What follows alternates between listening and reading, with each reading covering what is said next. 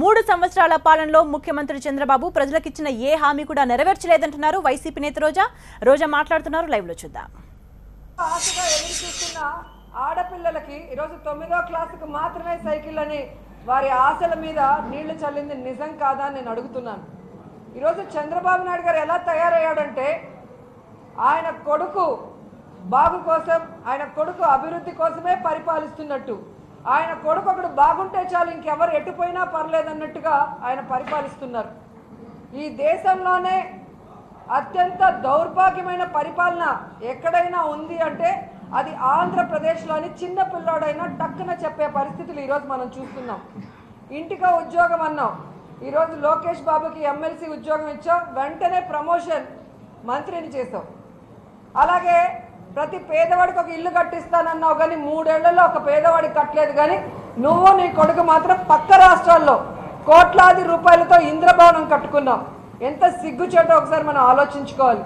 ఈ రాష్ట్రాన్ని తండ్రి కొడుకులు ఇద్దరు వాటాలేసి దోచుకొని ఈ రాష్ట్రాన్ని 2 లక్షల కోట్ల అప్పుల ఊబిలోకి నెట్టేసింది నిజం కాదా అని నేను అడుగుతున్నాను. ఇక లోకేష్ గారి గురించి చెప్పుకోవాలి అంటే మా జబర్దస్త్ కామెడీ షో కూడా సరిపోదని చాలామంది నా దగ్గరే మాట్లాడుతున్నారు.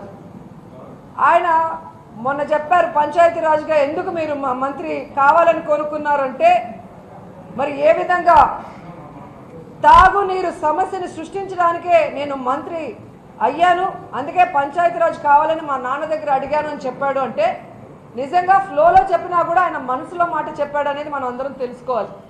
ఎందుకంటే ఈరోజు తన తండ్రి పుట్టిన చిత్తూరు జిల్లాకు కానీ, తన తండ్రిని ముఖ్యమంత్రిని చేసిన కుప్పం జిల్లాకు కూడా నీళ్ళు ఇవ్వలేని పరిస్థితి, తనకి పిల్లనిచ్చిన మామ బాలకృష్ణ హిందూపురానికి కూడా నీళ్ళు ఇవ్వలేని లోకేష్ బాబు ఈరోజు రాష్ట్రంలో ఉన్న వాళ్ళందరికీ తాగునీరు ఇచ్చే పరిస్థితి ఉందా, ఎవరైనా నమ్మే పరిస్థితి ఉందా అని నేను అడుగుతున్నాను. ఎంత సిగ్గుచేటంటే ఈరోజు ఇక్కడ అల్లుడు చెప్పాడో లేదో తాగునీటి సమస్యను సృష్టిస్తాను అని, వెంటనే అక్కడ మామ దాన్ని ఇంప్లిమెంట్ చేశాడు. దున్నపోతుల మీద పేర్లు రాసి వేలాది మంది ఖాళీ బిందెలతో రోడ్ల మీదకి వచ్చి నీళ్లు లేవు అని ధర్నా చేసే పరిస్థితికి వచ్చిందంటే దీనికి లోకేష్ చంద్రబాబు నాయుడు సిగ్గుపడాలి. అంతేగాని అల్లుడు చెప్పిన మాటని బలపరుస్తున్నానని ఇప్పుడే హిందూపురానికి నీళ్లు లేకుండా బాలకృష్ణ చేస్తే, అక్కడేమో చంద్రబాబు నాయుడు గారు కుప్పంలో నీళ్లు లేకుండా చేసి జిల్లాలో ఉన్న అఫీషియల్స్ని అందరినీ పరిగెత్తా వెళ్ళి కుప్పంలో నీళ్ళు ఇమ్మంటాడు. గతంలో 9 ఏళ్ళు ఈయన ముఖ్యమంత్రిగా ఉన్నాడు, ఇప్పుడు 3 ఏళ్ళు ముఖ్యమంత్రిగా ఉంటూ ఈయన ఏవైనా చర్యలు చేపట్టి హంద్రీనీవా కానీ గాలేరు నగర్ కానీ పూర్తి చేయాలి, లేదా అక్కడ నీళ్ళు వచ్చేదానికి మరి గతంలో ప్రభుత్వం కండలేరు ప్రాజెక్ట్ ఒకటి మరి ఏ విధంగా ముందుకు తీసుకొస్తే దాన్ని మరి ముడుపుల కోసం ఆపేశారో కూడా మనం చూసాం. ఇలాంటి వాటిని ఆపి నీళ్లు లేకుండా అఫీషియల్స్ మీద కోప్పడితే ఏమొస్తుందని నేను అడుగుతున్నా. ఇక్కడ ఉన్నారు ఇరిగేషన్ మినిస్టర్ దేవినేని ఉమా, కనీసం తన జిల్లాలో తన నియోజకవర్గానికి కూడా సక్రమంగా నీళ్లు ఇవ్వలేని ఒక దౌర్భాగ్య మంత్రి, నేను పులివెందులకు నీళ్ళు ఇచ్చాను, పట్టుసీమ ద్వారా రాయలసీమకు మొత్తం నీళ్ళు ఇచ్చాను అని చెప్పి జనాల చెవులో కాలీఫ్లవర్లు పెట్టాలన్న ప్రయత్నం చేస్తున్నారు. ఈరోజు వీళ్ళు చెప్పే మాటలు చూస్తుంటే వినేవాళ్ళు ఉంటే చెప్పేవాళ్ళు చంద్రబాబు నాయుడు లోకేష్ బాబు అనేది స్పష్టంగా అర్థమవుతుంది.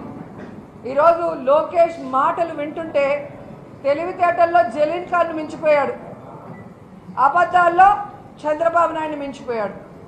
నిజంగా వాళ్ళ నాన్న 21 విదేశీ పర్యటనలు చేసి కనీసం 21 మందికి కూడా ఉద్యోగాలు ఇవ్వలేని పరిస్థితిలో ఈయన 2 ఏళ్లలో 6 లక్షల మందికి ఉద్యోగాలు ఇచ్చేస్తాను అంటే ఈయనను ఏమనాలో ఒకసారి మీరే ఆలోచించుకోవాలి. ఈరోజు కనీసం వర్ధంతికి ఏం చెప్పాలి, జయంతికి ఏం చెప్పాలో తెలియకుండా వర్ధంతికి శుభాకాంక్షలు చెప్పే ఒక దౌర్భాగ్యమైన మంత్రిని ఈ రాష్ట్ర ప్రజల తల మీద రుద్దిన చంద్రబాబు నాయుడిని ఏమనాలో మీరు ఒకసారి ఆలోచించుకోవాలి. ఎంతో అనుభవం ఉన్న తెలుగుదేశం పార్టీ నాయకుల్ని పక్కన పెట్టి ఈరోజు పార్టీలు మారిన వాళ్ళకి, రాజకీయ అవగాహన లేని వాళ్ళకి, రాజకీయ అవగాహన లేకపోవడమే కాకుండా ఈరోజు ప్రజా సమస్యల మీద దృష్టి పెట్టని